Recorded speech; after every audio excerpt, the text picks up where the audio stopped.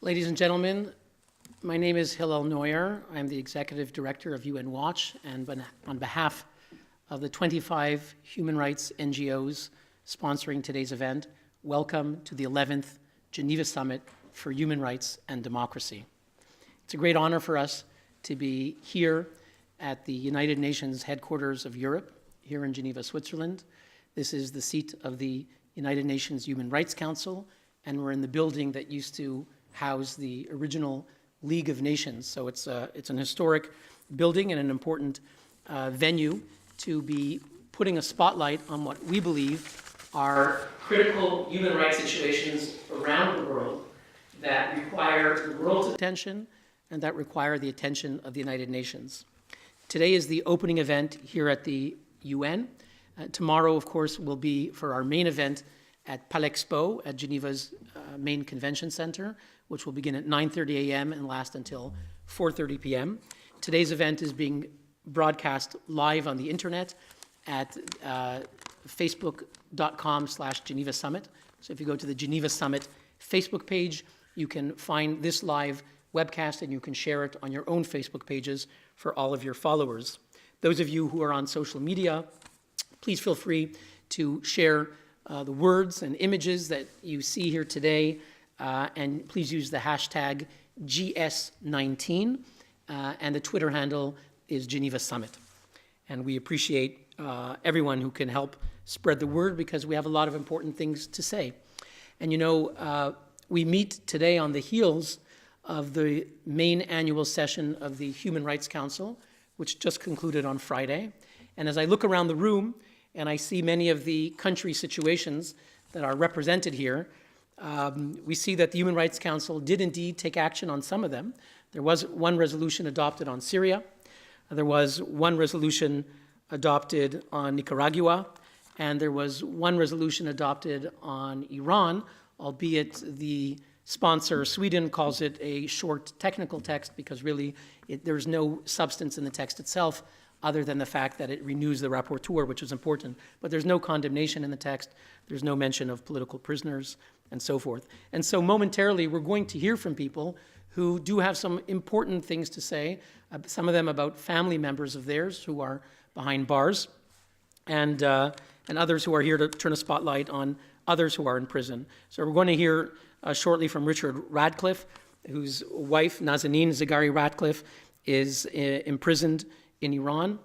We're going to hear from Vicente de Lima. This was not advertised before on our website or on our poster, but he is the brother of Philippine Senator Leila de Lima, who is imprisoned because she criticized President Duterte's drug war. We're going to hear from Ensaf Haidar. You know that Saudi Arabia is basically a permanent member. There's no such thing, but basically they're a permanent member of the Human Rights Council. They were elected again and again and again and again. They also sit on the Executive Board of UN Women, the UN Commission on the Status of Women, the UN Committee on the Elimination of Discrimination Against Women, and a Saudi representative was recently elected to a treaty body dealing with women's rights as well, CEDAW, as I mentioned. So that's here at the United Nations, but today in the United Nations, we're going to hear from the wife, actually we're going to hear from the daughter, rather, of Raif Badawi, probably the most famous political prisoner in the world, who is a human rights blogger in prison because he spoke out for freedom in Saudi Arabia. We're going to hear from his young daughter shortly. We're going to hear from Abdelaziz Al-Hamza, who co-founded and was a spokesperson for Raqqa is Being Slaughtered Silently, a citizen journalist group reporting Syrian war news and human rights abuses by the Islamic State.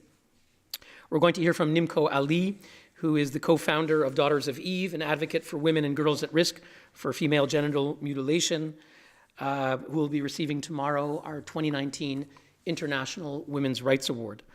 We're going to hear from Diego Aria, the prominent advocate for Venezuelan human rights, the former governor of Caracas, former ambassador to the UN, and president of the Security Council. We'll hear from Nurcan Baysal, award-winning Kurdish journalist and activist, recently detained by Turkey. I was mentioning to Nurcan that in New York at the United Nations, Turkey is vice president of the Committee on NGOs, which gives our badges that we have. So for human rights activists to have this badge, it's It's Turkey that sits on the committee that decides. And unfortunately, many of the governments on that 19-nation committee are countries whose only expertise on human rights is how to restrict and to violate them. So today I'm very happy we're going to hear from human rights dissidents and defenders. We're going to hear from Felix Maradiaga, a Nicaraguan opposition leader who's been targeted with false criminal charges. And we'll hear today from two others, Keri Nivyabandi, a poet and exiled Burundian democracy activist who led a movement of women-only protests. And finally, last but not least, we'll hear from our pillar of the Geneva Summit for Human Rights, the president of Initiatives for China, former political prisoner, survivor of Tiananmen Square, Dr. Yang Jan Li.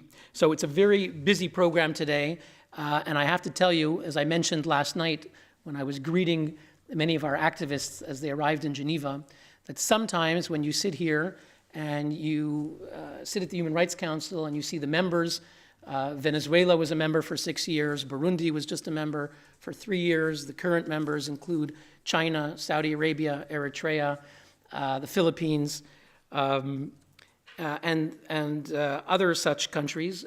It can be very depressing for many people. But when you see people who have sacrificed everything for the sake of freedom, for democracy, for human rights, it's very inspiring.